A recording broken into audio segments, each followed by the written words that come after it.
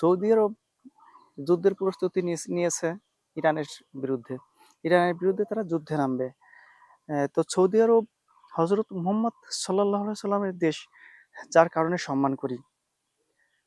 তবে সেই দেশকে সম্মান করে কথা বললেও দেশের সরকারের যে ঈমান নেই, তাকে একটুও ছাড় দিয়ে কথা হবে না।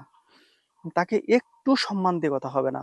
তোমার কি ঈমান আছে তুমি ইরানের সাথে যুদ্ধে নামবে? তোমার একটু ঈমান নেই। আর ইতিপূর্বে হযরত মুহাম্মদ সাল্লাল্লাহু আলাইহি সাল্লামের যুগে ছিল, তাদের ঈমান ছিল। তারা যুদ্ধে জয়ী হয়েছে। তুমি মনে করতে পারো ইরানের থেকে শক্তিশালী। তুমি কি তুমি কি আমেরিকার থেকে শক্তিশালী? সেই আমেরিকা যদি লেজ গুটিয়ে নিতে পারে, তুমি কে? ছন্ন বিছন্ন করে ফেলবে। খুব হিসাব কিতাব করে যুদ্ধে নামতে হবে। ঈমান না থাকলে তছনছ হয়ে যাবে। কোনো অ্যাঙ্গেল থেকে মনে হচ্ছে না সৌদি আরবের ঈমান আছে। অবশ্য সব মানুষের নয়। আহ, ওই দেশের সরকারের তো ঈমান নেই। আর ঈমান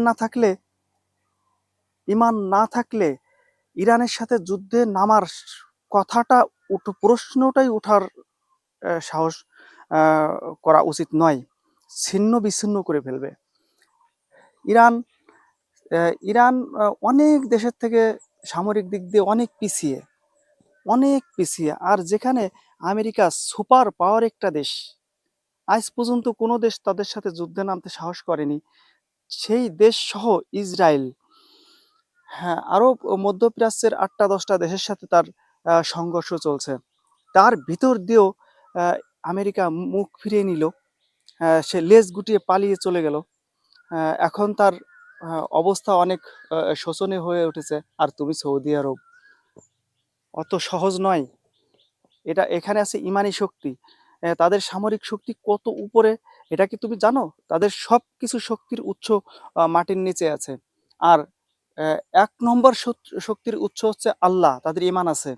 সেই ঈমানি শক্তি দিয়ে তাদের কিচ্ছু না থাকলেও তাদের সাথে পারা সম্ভব নয়। পুরো সৌদি আরব তছনছ হয়ে যাবে।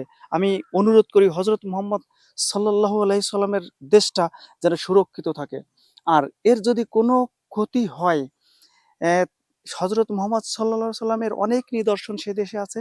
এর একটারও যদি ক্ষতি হয়, সারা বিশ্বের মুসলমান এই সৌদির বাদশাকে ছাড়বে না। এর দায়ভার তোমার উপরে পড়বে। কোনো ভদ্র ভাষা দিয়ে তোমার সাথে কথা হবে না আজ। কারণ তুমি সীমা লঙ্ঘন করে চলে গেছো।